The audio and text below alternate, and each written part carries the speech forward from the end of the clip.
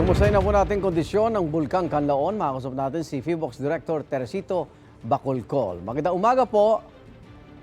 Yes sir, magandang umaga din po sa inyo. Opo, sa latest monitoring niyo po, nasundan pa ba yung pagsabog ng Bulkang Kanlaon kagabi? Wala na po tayong na-observe na pagsabog since yesterday, so hindi na po nasundan. Opo. So far, yung explosive eruption yesterday. Saan ba yung iba pang volcanic earthquake, ashfall, iba pa ho dyan sa bulkan ngayong araw na ito?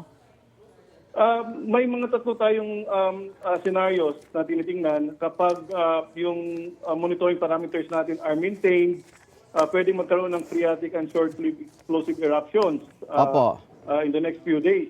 So if this happens, alert level 2 will be maintained. Ngayon, kapag dumadami naman yung earthquakes natin, ground deformation and volcanic parameters ay lalala, pwedeng magkaroon ng magmatic eruption. So if this happens, pwedeng itaas namin yung alert level from alert level 2 to alert level 3. Now, if kapag monitoring parameters naman natin would decline, the alert level will step down to alert level 1 after sufficient observation has elapsed. Opo. Ano po dahilan ng pagsabog, Director ng Bulkang Kanlaon? Ito ba yung matagal na binabantayan ng PHIVOLCS? Yes, matagal lang binabantayan namin ang Kanlaon volcano. The reason why it erupted because it's active, and since 1866, meron na tayong 43 volcanic eruptions, Opo. including the one yesterday. Opo. Ngayon, for the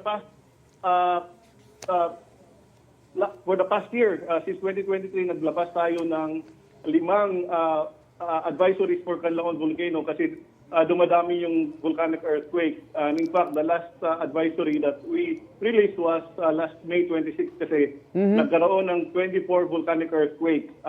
Normally, hindi tataas sa 5 volcanic earthquakes in a day yung Opo. Kanlaon volcano. But last May 26, nagkaroon ng 24 volcanic earthquakes. That's the reason why we released an advisory. Saan po mga lugar sa Negros Island ang pinakamapanganib po ngayon? Meron tayong mga lugar na kasama doon sa 4-kilometer permanent danger zone. So may barangay na kasama sa La Castillana, may barangay sa San Carlos City, Opo. meron sa Bago City, and may 4 na barangay sa Canlaon City and 2 barangay sa La Carlota City ang kasama doon sa permanent danger zone. Opo. So ito yung mga delikado, dapat walang tao dito. Director, paalala po sa mga residenteng nakatira malapit sa Kanlaon, may mga ginawa na rin po ba kayong parang evacuation? Yung LGU sa La Carlota City, nagpa-evacuate sila Opo. kahapon. But paalala natin sa ating mga kababayan around Canlaon Volcano to observe the permanent danger zone, which is 4 kilometers from the crater of the volcano. Opo. Huwag pong pumasok sa loob to minimize risk from sudden explosions, rockfalls, or landslides. And kapag may volcanic ash or may masangsang na maamoy sila, then they have to wear face mask.